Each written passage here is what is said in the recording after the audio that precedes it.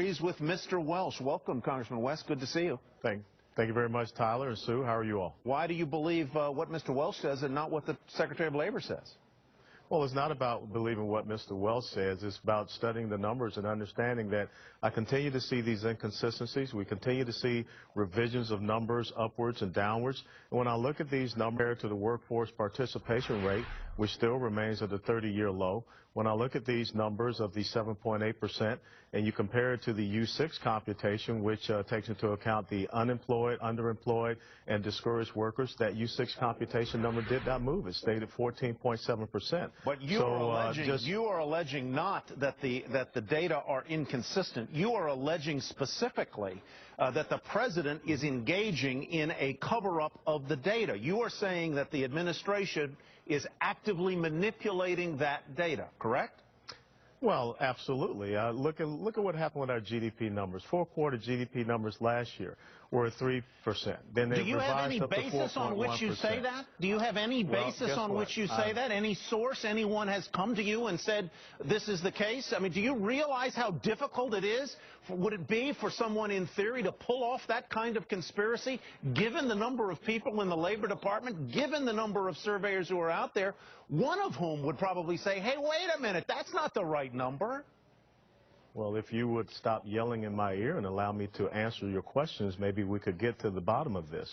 When I look at the GDP numbers, which have gone from 4.1%, then it went to 1.9%, then it was at 1.7%. It got revised down just about a month ago to 1.3%. We've got numbers that are all over the place, and we don't understand really the direction this economy is going. When I look on the ground down here where I am in South Florida, here in Palm Beach County, we've got unemployment that's above 9.5%. To the north, in Martin County, almost 10%. And to St. Lucie County, it is 13%. So I don't see these numbers that people are talking about, and I don't understand how they can come back later in this month and say that they're revising the numbers from July and August, that they go back and do another survey. So I'm very questionable of what we do see coming out of this administration because the numbers don't add up. Even on Thursday, we had an uptick of the first unemployment jobs, whatever you want to call it, the unemployment request on Thursday. So something is inconsistent here, and that's what I am questioning.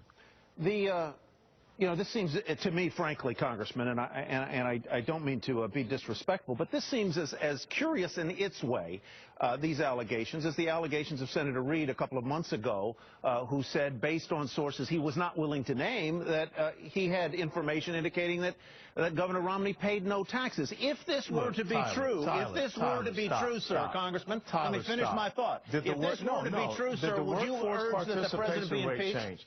Did the workforce participation rate change? No, it's still a 30-year low.